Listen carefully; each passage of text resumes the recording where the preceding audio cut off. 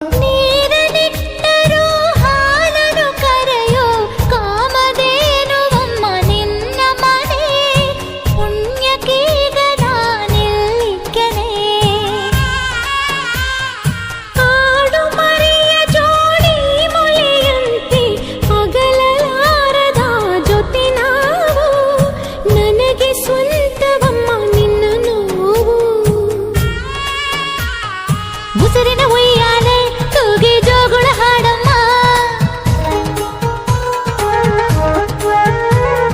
ಹೆಸರಿನ ಸುವಾಲಿ ಹಾಡಿ ಜೋಳಿಗೆ ತುಂಬಮ್ಮ ಶುಭಗಳಿಗೆ ಮತ್ತು ಶುಭಗಳಿಗೆ